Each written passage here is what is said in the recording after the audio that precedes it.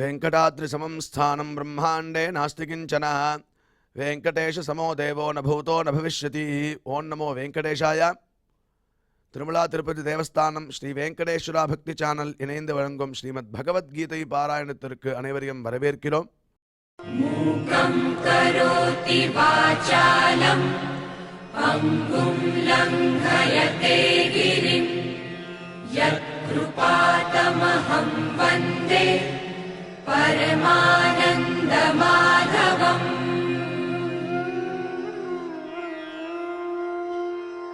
करारविन्देन पदारविन्दम् मुखारविन्दे विनिवेशयन्तम् वटस्य पत्रस्य पुटे शयानम् बालं मुकुन्दम् मनसा स्मरामि.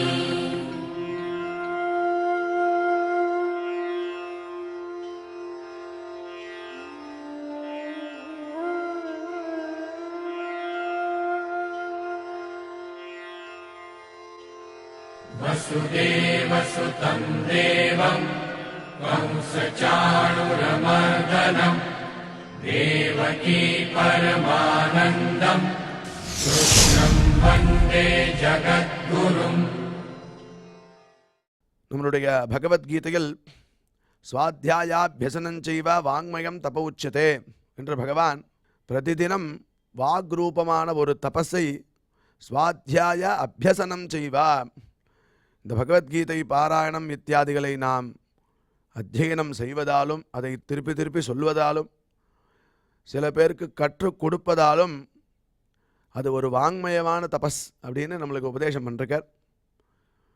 அது உண்டு இல்லாமல் யத சத்யம் யதோ தர்ம யதோ ஹ்ரீரார்ஜவம் யத ததோ பவதி கோவிந்தா யத கிருஷ்ணஸ்ததோ ஜெயா அப்படிங்கிற ஸ்லோகத்தில் எடுத்து பார்க்கும்போதே எந்த இடத்துல சத்தியமும் தர்மமும் ஈஸ்வர விரோதமான காரியத்தில் வெக்கவும் யதா ஹ்ரீஹி ஆர்ஜவம் யதா ஹிருதயத்தில் ஒரு நேர்மை இருக்கோ அந்த இடத்துல கோவிந்தன் அங்கேயே இருக்கானா.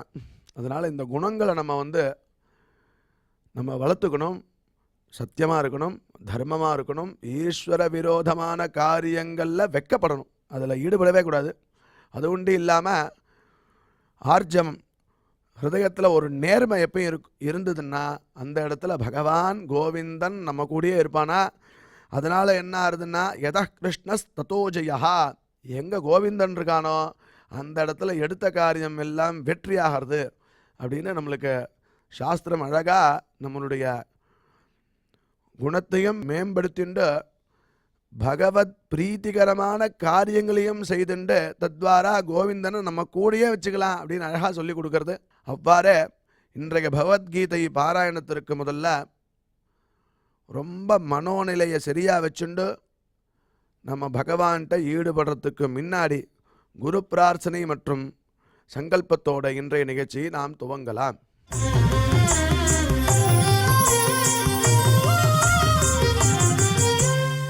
श्री गुरु प्रार्थना. गुरुर्ब्रह्मा गुरुर्विष्णुर्गुरुर्देवो महेश्वरः गुरुः साक्षात् परं ब्रह्म तस्मै श्री गुरवे नमः.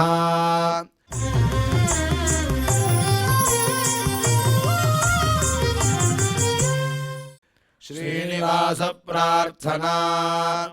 नमः क्षीराब्धिनाथाय वैकुण्ठाचलवासिने मुकुन्दाय नमो नित्यम् आनन्दाय नमो नमः.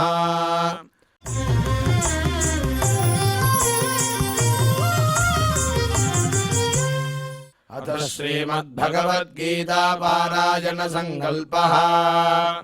श्रीमदादिवराह क्षेत्रे विराजमानस्य अखिलाण्डकोटि ब्रह्माण्डनायकस्य श्रीपद्मावती जानेः भगवतः श्रीवेङ्कटेश्वर स्वामिनः दिव्यसन्निधौ जगद्गुरोः श्रीकृष्णपरमात्मनः अनुग्रहेण समस्तप्रपञ्चस्य विशेषतः भारतदेशस्य उत्तरोत्तर शुभसम्पत्समृद्ध्यर्थम् श्रीमद्भारतदेशगत तपस्विजन तपोबलवृद्धिद्वारा समस्तस्यापि मानवसमाजस्य सर्वारिष्टपरिहारार्थम् एतद्देशवासिनां सर्वेषां सज्जनानां योगक्षेमार्थं राष्ट्रविरोधिनां निबर्हणद्वारा जनानां चित्तशान्ति चित्तस्थैर्य सन्तोषादि अभिवृद्ध्यर्थम् एतद्देशवासिनां परस्परविद्वेष परस्परनिन्दा परस्परहिंसादीनां निवृद्ध्यर्थम् परस्परसौमनस्य सिद्ध्यर्थम् समस्तभावक्षयार्थम् श्रीमन्नारायणप्रीत्यर्थम् श्रीपरमेश्वरप्रीत्यर्थम् श्रीमद्भगवद्गीतायाः अखण्डपारायणम् करिष्यामहे।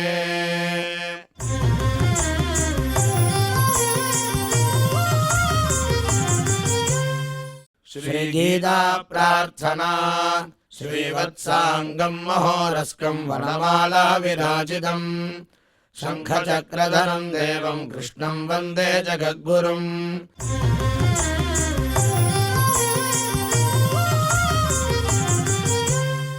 पार्थाय प्रतिबोधितां भगवता नारायणेन स्वयं व्यासेन ग्रथितां पुराणमुनिना मध्ये महाभारतम् अद्वैतामृतवर्षिणीं भगवतीम् अष्टादशाध्यायिनीम् अम्ब त्वामनुसन्ददामि भगवद्गीते भवद्वेषिणीम्।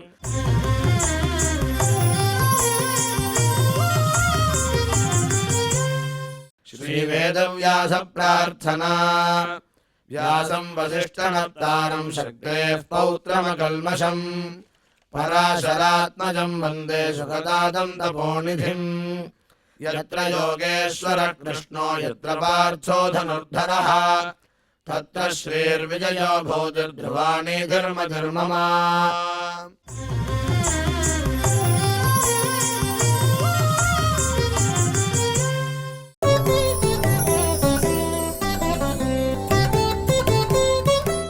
सर्वधर्मान् परित्यज्य मामेकं शरणं व्रज अहं त्वा सर्वपापेभ्यो मोक्षयिष्यामि मा शुचः। வித்யா விந்ததே அமிர்தம் அப்படின்னு சொல்ல பிரகாரம் நாம் இதுவரை செய்த ஸ்லோகங்களுடைய அர்த்தத்தை நமக்கு டாக்டர் ஊவே அனந்தபத்மநாபாச்சாரியார் விவரிப்பார். அதை மனதில் வாங்கிக் கொள்வோம்.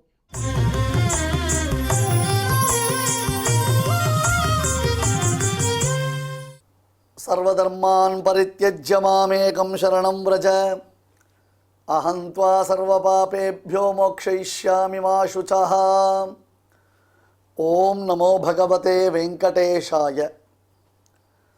அன்பர்களே, திருவேங்கடமுடியான் நமக்கு தெய்வீகமாக உபதேசித்தருளின பகவத்கீதை என்னும் உயர்ந்த சாஸ்திரத்தின் தத்துவார்த்தங்களை எல்லாம் நாம் தற்பொழுது பார்த்து கொண்டு வருகிறோம். இந்த உபதேசம் பூர்த்தியாகி தற்பொழுது பகவத்கீதை என்னும் பெரிய தொடர் வெங்கடேஸ்வரா பக்தி தொலைக்காட்சி மூலமாக நாம் அனுபவித்து கொண்டிருக்கக்கூடிய இந்த மாபெரும் தொடர் முடிவுறும் தருவாயில் உள்ளது. முடிவுறும் தருவாயில்னா பகவத்கீதா அவ்வளோதான், அதனுடைய அர்த்தம் முடிஞ்சு போச்சு, அதெல்லாம் ஓவர் அப்படின்னு நம்ம நினச்சிக்க வேண்டிய அவசியம் இல்லை. நாம் நம்முடைய ஞானத்தில் இவ்வளவு தான் சம்பாதிச்சிருக்கோம். நமக்கு அவ்வளோதான் வாழ்க்கையில் ஒரு சமயம் கிடச்சிருக்கு. அதை கிரகித்து கொள்வதற்கு, அதாவது இதை நாம் தெரிந்து கொள்வதற்கு பெருமாள் நமக்கு கொடுத்திருக்கக்கூடிய கால அவகாசம் இவ்வளவுதான் என்று நாம் உணர்ந்து கொள்ள வேண்டுமே தவிர்த்து, இந்த பகவத்கீதை என்பது முழுவதுமாக நம்மால் அறியப்பட்டு விட்டது என்னும் எண்ணம் எப்பொழுதுமே ஏற்படக்கூடாது. கிருஷ்ணன் உபதேசம் பண்ணியிருக்கான், அர்ஜுனன் அதை கேட்டு ஆனந்திக்கிறான். சர்வோபனிஷதோ காவஹா தோக்தா கோபாலனந்தரஹா பார்த்தோ வத்சஹா சுதீஹி போக்தா துக்தம் கீதாமிருதம் மகது என்று இதனுடைய பெருமை சொல்லப்படுகிறது. உபனிஷத் என்னும் பெரிய பார்க்கடல், உபனிஷத் என்னும் பெரிய பசுக்கள், அந்த பசுக்களை கறக்கக்கூடிய இடையன் யார்? கிருஷ்ணன். தோக்தா கோபாலநந்தனஹா. கன்றுக்குட்டி இருக்கிற பசுவிடத்தில் தான் பாலை கறக்கணும். அப்போ பார்த்தோ வத்சகா, பார்த்தன்றவன் அர்ஜுனன் யார்? அது வத்சன். வத்சன்னா கன்றுக்குட்டி. அதிலிருந்து கறக்கக்கூடிய பால் என்ன? கீதாமிர்தம் என்னும் பால். போக்தா யார்? சுதி. சுதின்னு அர்த்தம்னா, எனக்கு பகவத்கீதை தெரியும், நான் பகவத்கீதையை தெரிஞ்சுட்டேன், நான் பகவத்கீதையை ட்ரை பண்ணுறேன் அப்படின்னு ஒருத்தன் நினச்சான்னா அவன் மந்ததி, புத்தியே இல்லாதவன் அர்த்தம், முட்டாள்னு அர்த்தம். சுதின்றவன், சுவாமி ஒரு ஆயுசு எனக்கு போராது போல இருக்கே சுவாமி, பகவத்கீதையினுடைய அர்த்தங்கள் எல்லாம் தெரிஞ்சுக்கிறதுக்கு, பகவத்கீதையினுடைய உயர்ந்த தத்துவார்த்தங்கள் எல்லாம் புரிஞ்சுக்கிறதுக்கு நான் என்ன பண்ணுவேன்? இந்த பிறவி எனக்கு கிடச்சது எவ்வளோ பெரிய சௌபாகியம்னு இப்போ நான் ஃபீல் பண்ணுறேன் சுவாமி. இத்தனை நாள் இந்த பிறவியை நான் எப்படிலாம் வேஸ்ட் பண்ணியிருக்கேன்றதை நான் ரியலைஸ் பண்ணுறேன் சுவாமி. ஐயோ, நான் இப்படி அழுத்த பழுதே பல காலம் போயிடமென்று அஞ்சு அழுதேன்னு என்னுடைய லைஃப்பை நான் வேஸ்ட் பண்ணிட்டேன். இனி ஒரு ஆச்சாரிய இடத்துல உட்கார்ந்து 24 மணி நேரம் அந்த பகவத்கீதையை நான் பயிலப் போகிறேன் அப்படின்னா அவன் சுதி. அப்போ அவனுக்கு அந்த அமிர்தம் கிடைக்கும், அந்த பால் கிடைக்கும். அந்த பாலை குடிச்சுனே இருக்கலாம். திகட்டாத இன்பமாக, இன்பமாரியாக, இன்ப வெள்ளமாக அந்த பால் அவனுக்கு சுவை அளிக்கும். இச்சுவை தவிர யான் போயின்னு, இந்த தவிர வேறு எதுக்கும் ருச்சி வராது. அத்தகைய பகவத்கீதையை பரமாத்மா கடைசியில் சரமஸ்லோகம் என்னும் ஸ்லோகத்தினாலே பூர்த்தி செய்கிறான். இந்த சரமஸ்லோகத்திற்கு சுவாமி எம்பெருமானார் அற்புதமான பல நிர்வாகங்களை காட்டித் தருகிறார். பகவத்கீதா பாஷ்யம்னு சொல்லக்கூடிய கீதையில் சுவாமி ராமானுஜர் காண்பித்திருக்கக்கூடிய ஒரு நிர்வாகம், 2 விதமான நிர்வாகங்கள். இது தவிர இந்த பகவத் ராமானுஜ சம்பிரதாயத்திற்கு மிக மிக இன்றியமையாத ஒன்று இருக்குது. பிரதான பிரதிதந்திரம் என்பதாக பெயர். பிரதான பிரதிதந்திரம்னா மற்றுள்ள சித்தாந்திகள் இசையாரே நம் சித்தாந்தத்திற்கே அசாதாரணமான ஒரு பெருமையை அளிக்கக்கூடிய விஷயம். அது என்ன? பிரபத்தி என்னும் சாஸ்திரம், மோக்ஷ சாஸ்திரம். அதுதான் பிரபத்தி சாஸ்திரம்னா மோக்ஷ சாஸ்திரம்னு பேர். சர்வதர்மான் பரித்தியஜ ஸ்லோகத்திற்கு சுவாமி ராமானுஜர் ஒவ்வொரு கான்டெக்ஸ்ட்டுக்கு ஒவ்வொரு விதமாக அர்த்தம் அளிச்சுகிறார். சுவாமி ராமானுஜர் கத்யத்ரயம் என்னும் ஒரு நூல் இயற்றியிருக்கிறார். கத்யத்ரயம் என்பதாக பெயர் அந்த நூலுக்கு. சரணாகதி கத்யம், வைகுண்ட கத்யம், ஸ்ரீவைகுண்ட கத்யம், ஸ்ரீரங்க கத்யம் என்று 3 கத்யங்கள், எல்லாம் ப்ரோஸ் ஆர்டர். கத்யம் அப்படின்னா அர்த்தம் ப்ரோஸ் அப்படின்னு அர்த்தம். போயட்ரி கூட ஈஸியாக வந்துடும், ஆனால் கத்யம் போயட்ரியை காட்டும் ரொம்ப டஃப்பானது ப்ரோஸ். கத்யம் கவீனாம் நிகஷம் வதந்தி. அந்த ப்ரோஸ்ன்றது கவிகளுடைய பெரும் கவிதா சாமர்த்தியத்தை காண்பிக்கிறது என்பது பெரியோர். அந்த மாதிரி இவர் அழகாக ஒரு ப்ரோஸ் எழுதியிருக்கார் சுவாமி ராமானுஜர். ஒரு நாள் திருவரங்க திருப்பதியில் பெருமாளுக்கு பங்குனி உத்திர திருநன்னாள் நடைபெற்றது. இன்றைக்கும் ஸ்ரீரங்க க்ஷேத்திரத்தில் ரொம்ப பிரசித்தமான உற்சவம் இல்லையாரு. பங்குனி உத்திரத்தன்று ரங்கநாதன் ரங்கநாயகி தாயாருடன் சேர்த்தி மகோத்சவம் கொண்டுள்ளான். வருஷத்தில் ஒரு நாள் சேவிக்க வேண்டிய அத்தியாச்சரியமான உற்சவம் இது. அன்றைய சேர்த்தி மகோத்சவத்தில் ஆயிரக்கணக்கான மக்கள் அங்கே குழுமி இருக்க சுவாமி ராமானுஜர், இதுதான் முக்கியமான சமயம், இந்த சமயத்தில் மக்களுக்கு சரணாகதி என்னும் பிரபத்தி சாஸ்திரத்தின் மேன்மையை நாம் சொல்லி வைக்க வேண்டும் என்று தீர்மானித்தவராக விசேஷமான அந்த பிரபத்தி சாஸ்திரத்தை மக்களுக்கு சொன்னார். ரங்கநாதன் ரங்கநாயகி தாயார் திருவடிவாரத்தில் சரணாகதியை செய்தார். அங்குள்ள மக்களுக்காக சரணாகதியை செய்தார். அந்த சரணாகதி கத்தியத்தில் சர்வதர்மான் பரித்தியஜை என்னும் இந்த ஸ்லோகத்தை சுவாமி எம்பெருமானார் காட்டித் தருகிறார். அங்கே அந்த சரணாகதி கத்தியத்தில் சர்வதர்மான் பரித்தியஜ மாமேகம் சரணம் பிரஜ என்னும் ஸ்லோகத்திற்கு பொருள் உரைக்கும் பொழுது அது ஸ்வதந்திர பிரபத்தி என்று காண்பிக்கப்படுகிறது. அதற்கு ஸ்வதந்திர பிரபத்தி என்று பொருள் சொல்ல வேண்டும். புரியலையே சுவாமினர், இதை கொஞ்சம் விளக்கிறேன். பல முறை கீழே விளக்கியிருக்கேன், மறுபடியும் இப்போ ஒரு விளக்கம் கொடுக்குறேன்னா புரிஞ்சுக்குவோம். பிரபத்தி என்பது 2 வகைப்படும். ஒன்று அங்க பிரபத்தி, மற்றொன்று சுதந்திர பிரபத்தி என்று பெயர். அதற்கு அங்க பிரபத்தி என்றால் மற்றொன்றிற்கு அங்கமாக இருந்து அந்த பிரபத்தி நமக்கு வேறொரு உபாயத்தை பூர்த்தி செய்ய வைத்து மோட்சத்தை அளிக்கும். சுதந்திர பிரபத்தி என்றால் நேரடியாகவே மோட்சம் அளிக்கும். இதை மனசில் ஒரு ஓரமாக ஒரு ஃபோல்டரில் போட்டு வச்சுக்கோங்க. இன்னொரு விஷயம் சொல்கிறேன். கிருஷ்ணனை அடைவதற்கு 2 வழிகள் தான் இருக்குது உலகத்தில், வேறு வழியே கிடையாது. பக்தியா துவனன்யா லப்யா, பக்தியா பரமயா வாபி பிரபத்யா வா மகாமதே, பிராப்யோகம் நான்யதா பிராப்யா மம கைங்கரிய லிப்சுபிகி. 2 வழி, 2 உபாயம்தான் இருக்குது. 2 உபாயம்தான் இருக்குது. பக்தியா பரமயா வாபி பிரபத்யாவா மகாமதி. இதெல்லாம் அழகான பிரமாண ஸ்லோகங்கள்.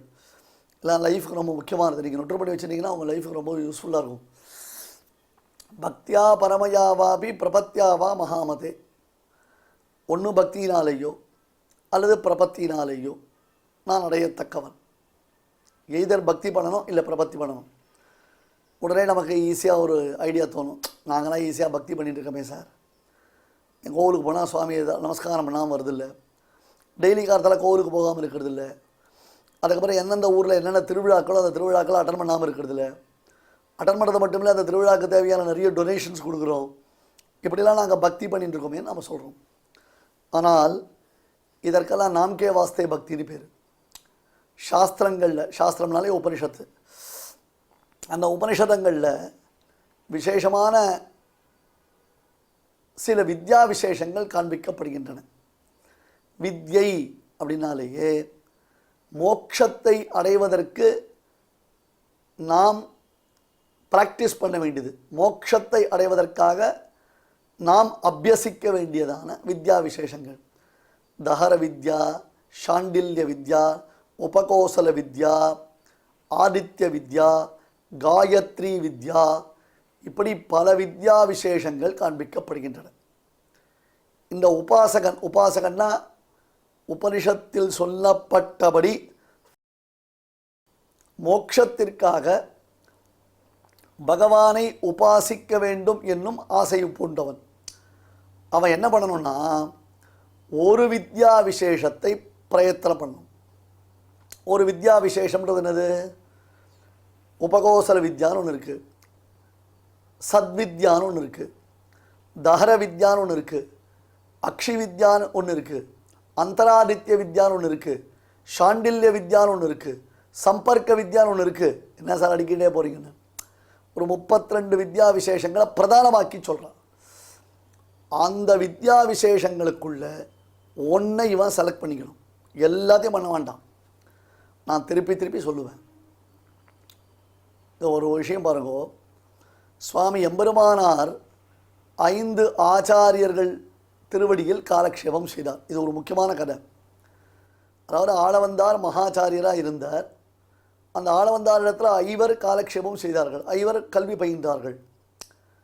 அந்த 5 சுவாமி ராமானுஜருக்கு கல்வி போதிக்கும்படியாக ஆளவந்தார் நியமித்தருடினார்.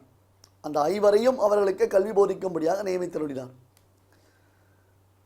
ஒருத்தர் கேட்டார், 5 பேர் ஆளவந்தாருக்கு ஸ்டூடெண்ட்ஸு, அந்த 5 பேரில் ஒருத்தர்கிட்ட படித்தாலே போருமே, 5 பேர்கிட்டையும் படிக்கணும்னார். அதுக்கு ஒரு ரீசன் இருக்குப்பா. இந்த 5 ஒவ்வொன்றில் ஸ்பெஷலிஸ்டவா. இப்போ ஒருத்தர் பிஏ இங்கிலீஷ் படிக்கிறாருன்னா, பிஏ இங்கிலீஷ் அவருக்கு ஸ்பெஷல் சப்ஜெக்டாக இருந்தாலும் அதில் தமிழ் உண்டு, அப்புறம் கொஞ்சம் ஹிஸ்டரி உண்டு, கொஞ்சம் சயின்ஸ் உண்டு, அப்புறம் தான் ஸ்பெஷல் சப்ஜெக்ட் மெயினாக வரும். ஒருத்தர் பிஏ ஹிஸ்ட்ரி படிக்கிறார், அவருக்கு அதே மாதிரி மற்ற லாங்குவேஜஸ் உண்டு, மற்ற விஷயங்கள் உண்டு. அவர் எடுத்துகிட்டு இருக்கிற முக்கியமான சப்ஜெக்ட்டுக்கு மெயின் இம்பார்ட்டன்ஸ் கொடுப்போம். அந்த மாதிரி ஆளவந்தார் இடத்துல 5 பேர்கள், அவர்கள் எல்லாத்தையும் ஆளவந்தார் இடத்துல வாசித்தாலும் ஒரு பர்டிகுலர் சப்ஜெக்டில் அவள்லாம் ஸ்பெஷலைசேஷன் பண்ணினான். அந்த பர்டிகுலர் சப்ஜெக்ட் பற்றினதான ஒரு டீப்பான நாலெட்ஜு அவளுக்கு உண்டு. அந்த மாதிரி யார் யாருக்கு என்னென்ன சப்ஜெக்டில் டீப்பான நாலெட்ஜ் இருக்கோ அது ராமானுஜருக்கு டிஸ்ட்ரிபியூட் ஆகும். இவன் 5 பேருடைய நாலெட்ஜையும் ராமானுஜர் தான் திரட்டி பெற்றார். அதனால் ஒரு ஆச்சார இடத்துல ஒருத்தர் காலக்ஷேபம் பண்ணும் பொழுது அவள் எல்லா சாஸ்திரங்களையும் அவன் இடத்துல வாசிக்கலாம். ஆனால் அவளுக்கு ஒரு ஸ்பெஷல் சப்ஜெக்ட் இருக்கணும். அந்த ஸ்பெஷல் சப்ஜெக்டை அவள் தாங்கள் தேர்ந்தெடுத்துக்கணும். அதில் நிறைய ஃபோக்கஸ் பண்ணணும், அதில் நிறைய கான்சன்ட்ரேட் பண்ணணும், அதில் நிறைய உழைக்கணும், அதுக்கு நிறைய விஷயங்களை தெரிஞ்சுக்கணும். இப்போ பாருங்க, எத்தனையோ விதமான வித்யா விசேஷங்கள் இருக்குது மோட்சத்தை அடைவதற்கு. அவற்றை காட்டிலும் இவன் என்ன பண்ணோம், எல்லாத்தையும் எடுத்துக்க முடியாது, எல்லாத்தையும் வச்சு நான் தணர வேண்டியது தான், அது அவசியமும் இல்லை. அதில் ஒன்று செலக்ட் பண்ணிட்டா போதும், ஒன்று செலக்ட் பண்ணிட்டா போதும். ஏன்டா நான் 32 பண்ணினாலும் உனக்கு ஒரே பலன் தான், ஒன்றை பண்ணினாலும் ஒரே பலன் தான். அப்போ இது நம்ம ஈஸியாக எடுத்துப்போம். 32 வித்யா விசேஷத்தை ப்ராக்டிஸ் பண்ணாலும் உனக்கு ஒரே பலன் தான், ஒரே ஒரு வித்யா விசேஷத்தை ப்ராக்டிஸ் பண்ணாலும் உனக்கு ஒரே பலன் தான். அப்போ எதை நம்ம ப்ராக்டிஸ் பண்ணுவோம்? ஒன்று ப்ராக்டிஸ் பண்ணால் போகிற இல்லையோ, ஒன்று செலக்ட் பண்ணிக்கணும். ஆப்ரயானா தத்ராபி திருஷ்டம்னா அவனுடைய மோட்சமடைய பரியந்தம் அவனதை ரெகுலராக அனுஷ்டானம் பண்ணிட்டு வரும். இதுக்கு பக்தி யோகம்னு பேர். இந்த பக்தி யோகத்தை நாம் செய்து கொண்டிருக்கும் காலத்தில் நமக்கு பக்தி யோகத்தில் சில தடங்கல்கள் உண்டாவதற்கு உண்டான வாய்ப்புகள் உண்டு. திடீர்னு பக்தி யோகத்தில் சில தடங்கள் வரும். யாருக்கு தெரியும் சுவாமி, நம்ம பண்ணியிருக்கக்கூடியதான பாப்பங்கள், அந்த மாதிரி வல்வினைகள் நல்ல விதமாக வரலாம், கெட்ட விதமாக வரலாம். இன்றைக்கி ஒரு ஆச்சார இடத்துல ஒருத்தர் நல்ல விஷயங்கள் கேட்கலாம்ன்றதாக தீர்மானம் பண்ணியிருப்பார். அந்த சமயத்தில் தான் என்ன ஆகும் அப்படி கேட்டால், வீட்டில் இருக்கிறவங்க ஒரு வார்த்தை சொல்லுவாங்க, ரொம்ப நாள் கழிச்சு உங்கள் தங்கையை பொண்ணு பார்க்குறதுக்கு வரா இப்போ எல்லோரும், இன்றைக்கி உங்கள் தங்கையை பொண்ணு பார்க்க வரதாலும் நீங்கள் எங்கேயும் வெளில போகாதீங்கன்றான். ரொம்ப நாள் கழித்து தங்கைக்கு கல்யாணம் நடக்கிறதுக்கு உண்டான ஏற்பாடுகள் நடந்துட்டுருக்கு. அப்போ தங்கையை பொண்ணு பார்க்க வருவதுன்றது ஒரு உயர்ந்த விசேஷம். அந்த விசேஷத்தை நாம் விட்டு கொடுக்க முடியாது. நம்ம அண்ணனாக இருந்து கிட்டே இருந்து எல்லா காரியத்தையும் பண்ணணும். ஆனால் அதே சமயத்தில் ஆச்சார இடத்துல நான் படிக்க வரேன்னு சொல்லியிருக்கேன். இங்கே தான் பேலன்ஸ் பண்ண முடியாமல் தளர்றோம். நம்ம இதை எப்படி நம்ம அட்ஜஸ்ட் பண்ணுறது தெரியல. இங்கே பாருங்க, ஆச்சாரியனும் ரொம்ப ஈஸியானவர். அவர்கிட்ட போனால் நம்ம எல்லாத்தையும் ஷேர் பண்ணிக்கலாம். என்னுடைய அனுபவத்தில் நான் சொல்கிறேன், எங்கள் ஆச்சார இடத்துல நான் எப்படி படிக்கிறேன்றதால சொல்கிறேன். ரொம்ப சிக்கலான காம்ப்ளிகேட்டடான விஷயத்தெல்லாம் கூட எங்கள் ஆச்சாரியன் ரொம்ப அழகாக எனக்கு என்னை எப்படி சமாளிச்சுன்னு போகணுன்றதாக கைடன்ஸ் கொடுத்துருக்கார், வழிகாட்டி போகிறதுக்கு சொல்லுவார். அதுபோல் நாம் அவர்கிட்ட பேசிடலாம், அவள் ஈஸியாக சமாளிச்சுப்பான். பட் இந்த மாதிரி ஒரு தடங்கள் வருது வச்சுக்கோங்க, இந்த மாதிரி ஒரு நல்ல காரியம் பண்ணிச்சு தடங்கள் வருது, அதுவும் நல்ல காரியம்தான், இதுவும் நல்ல காரியம்தான். பட் உனக்கு பிரம்மஜானத்தை சம்பாதிக்க வேண்டிய சமயத்தில் ஒரு மகிழ்ச்சியான சம்பவம்னா என்ன இருந்தாலும் பிரம்மஜானத்தை சம்பாதிக்கும் சமயத்தில் அது தடங்கள் தான். இது கொஞ்சம் கொஞ்சமாக என்ன ஆகிடும், கல்யாணம் ஃபிக்ஸ் ஆகிடும், கல்யாண வேலைகள் பார்க்க ஆரம்பிச்சிருவோம். உடனே ஆச்சாரியக்கிட்ட போகிறதையும் நம்ம நிறுத்திடுவோம், அது கம்ப்ளீட்டாக நின்று போயிடும். ஆனால் பக்தி இருக்குது நமக்கு, ஆனால் அவர்கிட்ட போக முடியல. ஏன்னா அது சரி சார், என்ன பண்ணுறது பெருமாள், எனக்கு கல்யாணம் ரொம்ப முக்கியம் இல்லையா, அதை நான் ட்ரை பண்ணிகிட்ருக்கேன். இன்னும் இந்த மாதிரி தடங்கல்கள் வரும் பொழுது நாம் செய்ய வேண்டிய உபாசனைகளை நாம் விட்டு விடுவோம். நல்ல விதத்தில் பக்தி யோகத்தை செய்து பகவானுடைய அனுகிரகத்தை சம்பாதிக்க வேண்டிய நாம் அதற்கு பலவிதமான தடங்கல்கள் ஏற்பட்டது என்றால் அந்த தடங்கல்களினால் அதை கைவிட்டு விடுவோம். இதுபோன்ற சுபமான அல்லது அசுபமான எந்த விதத்திலையும் எனக்கு தடங்கல்கள் ஏற்படக்கூடாது, நான் கை கொண்ட பக்தி யோகத்தை நான் பூர்த்தி செய்ய வேண்டும் என்பதற்காக பகவானின் திருவடிவாரத்தில் ஒரு சரணாகதி செய்கிறோம். அந்த சரணாகதிக்கு அங்கப்பிரபத்தி என்பதாக பெயர். இதுதான் கீதா பாஷ்யத்தில் சுவாமி ராமானுஜர் காட்டிருக்கிற அர்த்த விசேஷம். பக்தி யோகத்தை செய்யும் பொழுது அந்த பக்தி யோகத்திற்கு தடங்களாய் உள்ள பாபங்கள் அதை செய்ய ஒட்டாமல் நம்மை தடுக்கின்றதை கண்டு அது தனக்கு எந்த விதமத்திலையும் பிரதிபந்தகம்னு அர்த்தம், தடங்களை உண்டாக்கக்கூடாது என்று எம்பெருமானை நாம் பிரார்த்திக்கிறோம் அல்லவா, அதற்கு சரணாகதின்னு பேர். அதுக்கு என்ன பேர், அங்கப்பிரபத்தி என்பதாக அதற்கு பெயர். ஆச்சா, அடுத்தது சுதந்திர பிரபத்தி என்பதாக பேர். இப்பொழுது நாம் செய்து கொள்வது எல்லாமே சுதந்திர பிரபத்தி தான். ஏன்னா இன்றைக்கி அண்டர் த ஸ்கை இந்த பக்தி யோகத்தை செய்வதற்கு அதிகாரிகள் ரொம்ப ரொம்ப ரொம்ப டஃப். அப்படி ஒரு அதிகாரிகள் கிடைக்கிறதே இல்லை. பக்தி யோகத்தை செய்யக்கூடிய அதிகாரிகள் ரொம்ப துர்லபமாகிடுது. எனவே நாம் அங்கப்பிரபத்தி பண்ணுறோம். அங்கப்பிரபத்தியை விட்டுட்டு இப்போ சாட்சாத் பக்தி யோகம் சுதந்திர பிரபத்தி பண்ணுறோம்.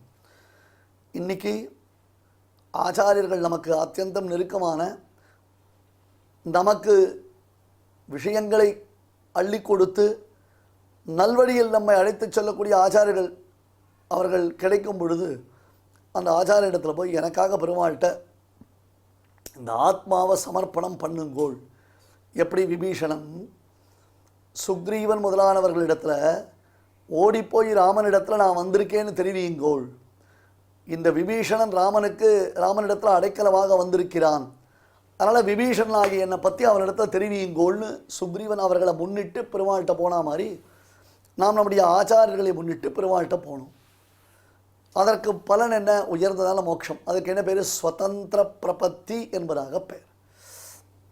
சாட்சாத்தாக மோட்சத்தை கொடுக்கக்கூடியது. கத்தியத்தில் கீழே ஞாபகம் இருக்கா, ஸ்ரீரங்க கத்தியம், வைகுண்ட கத்தியம், சரணாகதி கத்தியம். அந்த கத்தியத்தில் ரங்கநாதன் ரங்கநாயகி தாயார் எழுந்திருக்கக்கூடிய சமயத்தில் ஸ்ரீரங்க க்ஷேத்திரவாசிகள் எல்லோருக்கும் சரணாகதி பண்ணுறதுக்காக ஸ்ரீபாஷிகார் ரங்கநாதனை பிரார்த்தித்த பொழுது அந்த கத்தியத்தில் சர்வதர்மான் பரித்யஜ்ய மாமேகம் சரணம் பிரஜா அஹந்த்வா சர்வ பாபேபியோ மோக்ஷயிஷ்யாமி மாசுச்சா என்ற ஸ்லோகத்தை சொல்லி பெருமாள்கிட்ட அடைக்கலமாக சரணமாக பற்றுகிறார் பகவான். அப்பொழுது இந்த ஸ்லோகத்திற்கு வியாக்கியானம் எப்படின்னு செய்யப்படுகிறது? சுதந்திர பிரபத்தி, அதாவது நேரடியாக நமக்கு மோட்சத்தை கொடுக்கும் பிரபத்தி என்னும் உயர்ந்த வித்யா விசேஷம் இங்கே விளக்கப்படுகிறது. சர்வதர்மான் பரித்யஜ்ய, எல்லா தர்மங்களையும் விட்டு விட்டு அப்படின்னா இங்கே தஹர வித்யை, சாண்டில்ய வித்யை, உபகோசல வித்யை, அக்ஷ வித்யா, அந்தராதித்ய வித்யை என்று மிக கடினமான அந்த வித்யா விசேஷங்களை விட்டுவிட்டு என்று பகவான் சொல்வதாக நாம் அர்த்தம் செய்து கொள்ள வேண்டும். ஆனால் சுவாமி ராமானுஜர் ரொம்ப டெக்னிக்கலான ஒரு விஷயத்தை சொல்கிறார். அதுதான் அவன் விட்டுட்டானே, பக்தி யோகம் பண்ண முடியலன்றதுனால தான் பிரபத்திக்கு வந்திருக்கான். பக்தியாரோ சக்தபாவா பிரமிதி ரஹிதா சாஸ்திரத பரிதுவாசா காலக்ஷேப அக்ஷமத்துவம் என்று சுவாமி தேசிகன் 21 விதமான காரணங்களை சொல்லுகிறான். நாம் சரணாகதி செய்து கொள்வதற்கும் நாம் பக்தி யோகத்தை செய்ய முடியாமல் போனதற்கும் என்ன காரணம்னா 21 வகையான காரணங்கள் சுவாமி ராமானுஜராலே, சுவாமி வேதாந்த தேசிகனாலே அருளி செய்யப்படுகின்றன. எனவே அர்ஜுனனை பார்த்த பகவான் எல்லாவற்றையும் விட்டு விட்டு என்று சொல்ல வேண்டிய அவசியம் இல்லை. கீழே ஒரு ஸ்லோகம், அனித்யம் அசுகம் லோகம் இமம் பிராப்பிய பஜஸ்வமாம் என்பது ஸ்லோகம். அர்ஜுனா, அனித்தியமாயும் அசுகமாயும் இருக்கக்கூடிய இந்த பிரகிருதி இதை அடைந்து என்னை நீ பஜிப்பாயாக என்று கிருஷ்ணன் சொன்னான். அவன் முட்டாள்தனமாக இல்லை.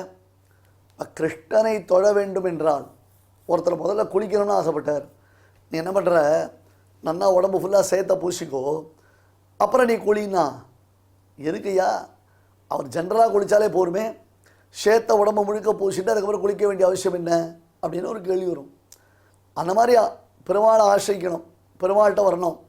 அனித்தியமாயம் அசுகமாயம் இருக்கக்கூடிய இந்த லோகத்தை விட்டுட்டு என்கிட்ட வரணும்னு சொன்னால் நியாயமாக இருக்கும்.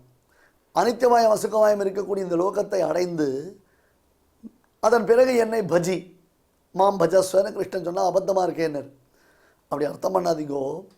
அனித்தியமாயும் அசுகமாயும் இருக்கக்கூடிய இந்த லோகத்தை ஆல்ரெடி அடைந்திருக்கக்கூடிய நீன்னு அர்த்தம். அசுகம் அனித்தியம் அசுகம் பிராப்பிய, பிராப்பிய என்பதற்கு சுவாமி ராமானுஜர் காண்பிக்கிறார் பிராப்பிய வர்த்தமானஸ்துவம், அடைந்திருக்கக்கூடிய நீ மாம் பஜஸ்வ, என்னை பஜனம் பண்ணு, என்னை தொழுதெழு என்று சொல்லுகிறான். அதே போல சர்வதர்மான் பரித்யஜ்ய என்பதற்கு விட்டு விட்டு என்பதாக பொருள் சொல்ல வேண்டிய அவசியமில்லை. ஏற்கனவே விட்டுட்டிருக்கக்கூடிய நீ சர்வதர்மான் பரித்யஜ்ய மாம் ஏகம் சரணம் விரஜ, இவற்றை எப்பொழுதோ விட்டிருக்கிறாய் இல்லையா? நீ விட்டுட்டு தான் உட்காந்துருக்க, என்ன பண்ணுறது ஏது பண்ண உனக்கு தெரியல, பாவங்களுக்கு பிராயச்சித்தங்கள் பண்ண முடியல, பக்தி யோகத்தை பெரிய லெவலில் பண்ண முடியல, ஏற்கனவே அனித்தியமாயம் அசுகமாயம் இருக்கக்கூடிய இந்த லோகத்தை அடைந்திருக்கக்கூடிய அர்ஜுனா, என் ஒருவனை உபாயமாக பற்று, மாமேகம் சரணம் விரஜ, என்னையே உபாயமாக பற்று. இப்போ சரணம்னா அர்த்தம் உபாயம் என்பதாக அர்த்தம். ஹே கிருஷ்ணா, நான் மோட்சத்தை விரும்புகிறேன், அதற்கு சாதனமான பக்தி யோகத்தை செய்யும் சக்தி சாமர்த்தியம் என்னிடத்துல இல்லை, அதனாலே பக்தி யோகத்தை செய்தால்தான் மோட்சம் உண்டாகும் என்பதாக நினைப்பதைப் போல அதற்கு சாதனமான பக்தி யோகங்களை எல்லாம் அபேட்சிக்காமல், இதெல்லாம் பண்ணனா மோட்சம் கொடுப்பேன், இதெல்லாம் பண்ணனா மோட்சம் கொடுப்பேன் அபேட்சிக்காமல் மோட்ச விரோதிகளான பாபங்களை எல்லாம் பொறுத்து கொண்டு கிருஷ்ணா நீ எனக்கு மோட்சம் அளிக்க வேண்டும் என்று பிரார்த்திக்க வேண்டும். சர்வதர்மான் பரித்யஜ்ய மாமேகம் சரணம் விரஜ, இப்படி நாம் பிரார்த்திச்சோன்னா அஹந்த்வா சர்வ பாபேபியோ மோக்ஷயிஷ்யாமி, அத்தியந்தம் சமர்த்தனாகிய நான் என்னிடத்தில் பரநியாசம், பரம்னா பொறுப்பு, பரம்னா பொறுப்பு, என்னிடத்தில் பரநியாசம் செய்ததான உன்னை அஹந்த்வா சர்வ பாபேபியோ மோக்ஷயிஷ்யாமி, நீ எப்பொழுது விரும்புகிறாயோ எப்பொழுது என்னிடத்தில் வர வேண்டும் என்று நீ ஆசைப்படுகிறாயோ அப்படி நீ விரும்பும் சமயத்தில் மோட்சத்திற்கு விரோதிகளாயிருக்கக்கூடிய அனைத்து பாபங்களிலிருந்தும் உன்னை நான் விடுவிக்கிறேன். மோட்சத்துக்கு விரோதிகளாயிருக்கக்கூடிய, அதாவது என்னை அடைவதற்கு தடங்கல்களாய் இருக்கக்கூடிய அனைத்து விதமான பாபங்களிலிருந்தும் உன்னை நான் விடுவித்து உயர்ந்ததான மோக்ஷத்தை அடையச் செய்கிறேன். அஹந்த்வா சர்வ பாபேபியோ மோக்ஷயிஷ்யாமி மா சுச்சாஹா. சரி, பிரபத்தி பண்ணிக்கிறேன், அதுக்கப்புறம் ஃபர்தராக ஏதாவது பண்ணலாமா? ஒருத்தர் கேட்குறார், உடம்பு சரியில்லை, டாக்டர் சொன்னார் ஆப்ரேஷன் பண்ணிக்கணும்னு. சரி டாக்டர், ஆப்ரேஷன் பண்ணிக்கிறேன், அப்புறம்னார். இந்த ஆப்ரேஷன் பண்ணியாச்சுன்னா அதுக்கப்புறம் உனக்கு எதுவுமே தேவையில்லை, எந்த மருந்து தேவையில்லை, எந்த மாத்திரையும் தேவையில்லை. ஒன்ஸ் இந்த ஆப்ரேஷன் உனக்கு சக்ஸஸ்ஃபுல்லாக நான் பண்ணியாச்சுன்னா, சக்ஸஸ்ஃபுல்லாக தான் பண்ணுவேன், அதில் ஒன்றும் டவுட் இல்லை, ஒன்றும் பெரிய கஷ்டம்லாம் இல்லை.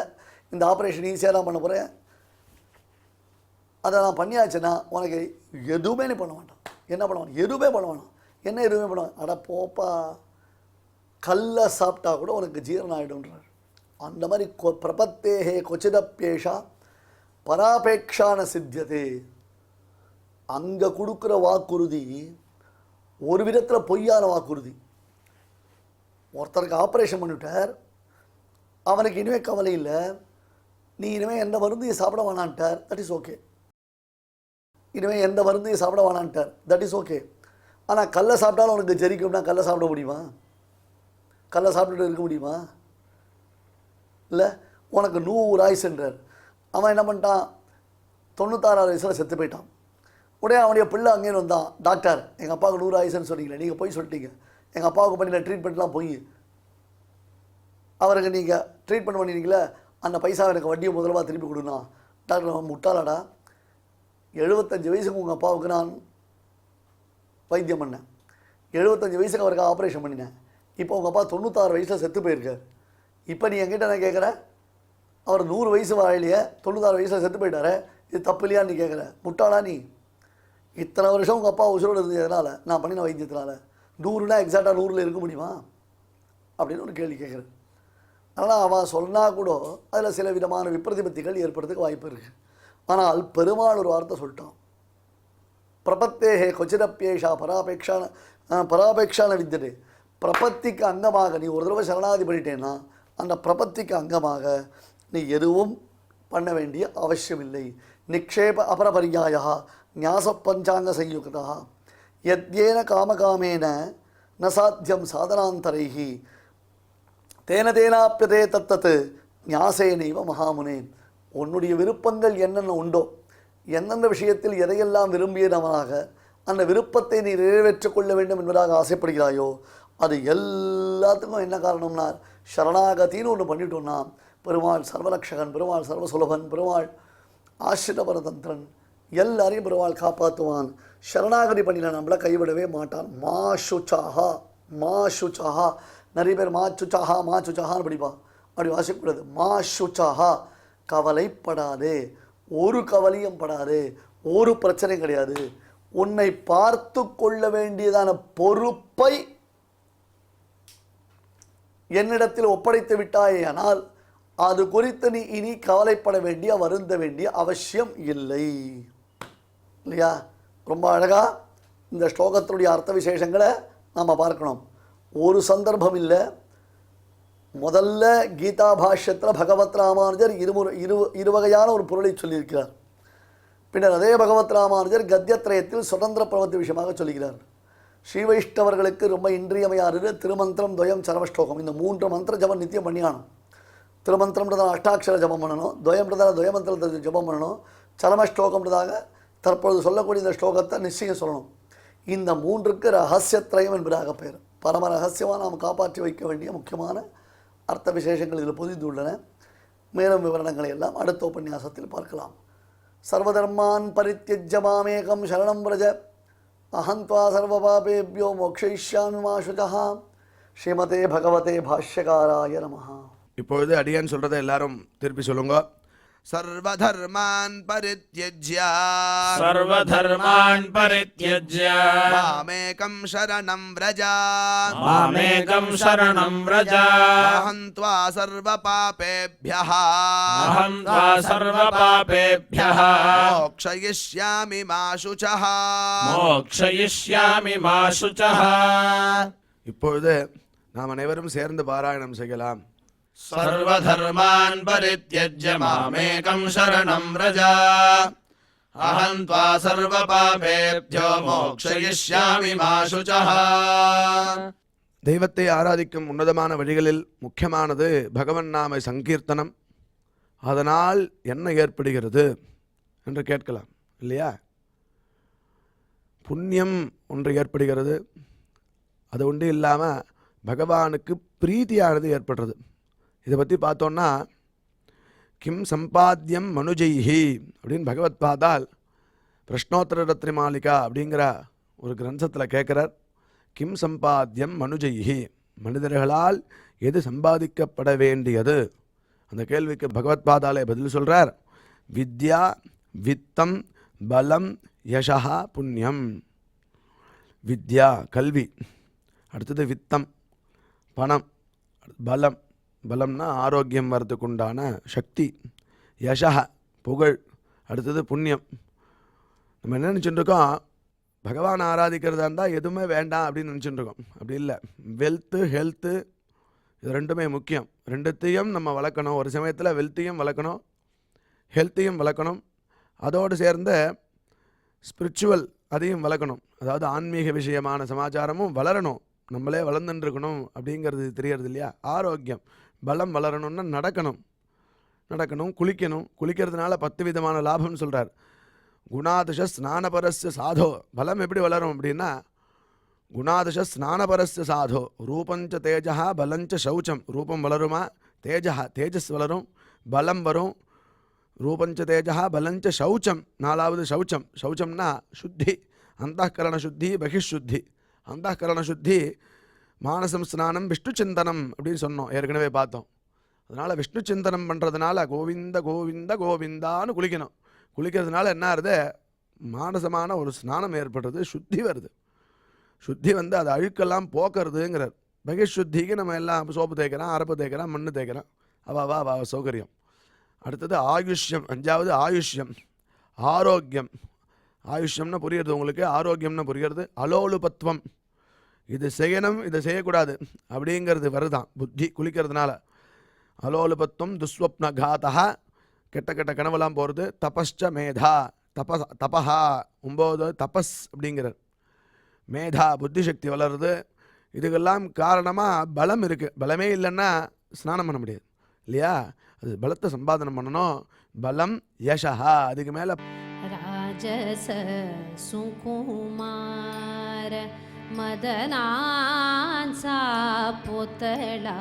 राजस सुकुमार मदनांचा पुतळा. राजस सुकुमार मदनांचा पुतळा. राजस सुकुमार मदनाचा पुतळा. राजस सुकुमार मदनाचा पुतळा. रवी शशिकला लोपलिया. राजस सुकुमार मदनाचा पुतळा. राजस सुकुमार मदनाचा पुतळा. राजस सुकुमार मदनाचा पुतळा.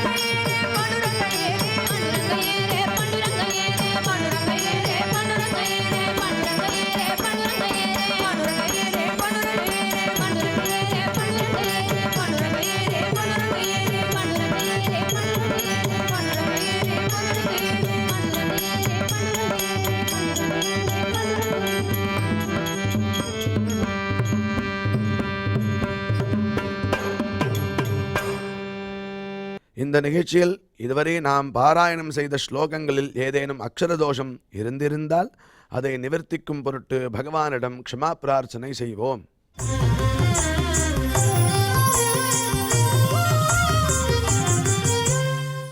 अथ क्षमा प्रार्थना यदक्षरपदभ्रष्टं मात्राहीनं च यद्भवेत् तत्सर्वं क्षम्यतां देवनारायण नमोऽस्तु ते।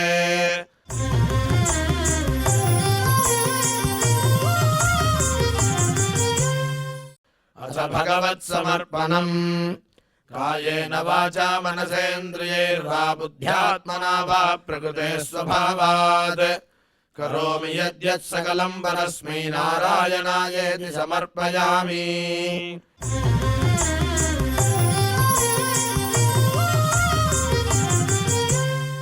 अथ लोकक्षेम प्रार्थना सर्वे भवन्तु सुखिनः सर्वे सन्तु निरामयाः सर्वे भद्राणि पश्यन्तु मा कश्चित् दुःखभाग् भवेत्. சுவாமியின் அருள் நாம் அனைவருக்கும் கிடைக்க வேண்டி மங்களாசாசனத்துடன் இன்றைய நிகழ்ச்சி நிறைவு பெறுகிறது. மீண்டும் நாளை சந்திப்போம். ஓம் நமோ வெங்கடேஷாய.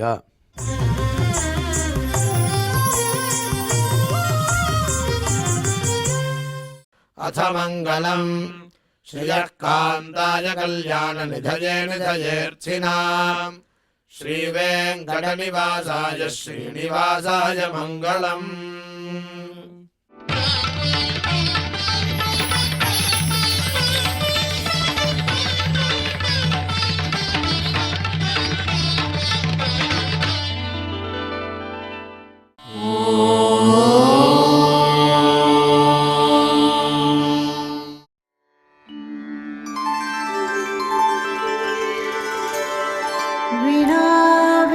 विनाव्यङ्कटेशं ननाथो ननाथः सदा व्यङ्कटेशं स्मरामि स्मरामि हरे व्यङ्कटेश प्रसीद प्रसीद प्रियं वेङ्कटेश प्रयच्छ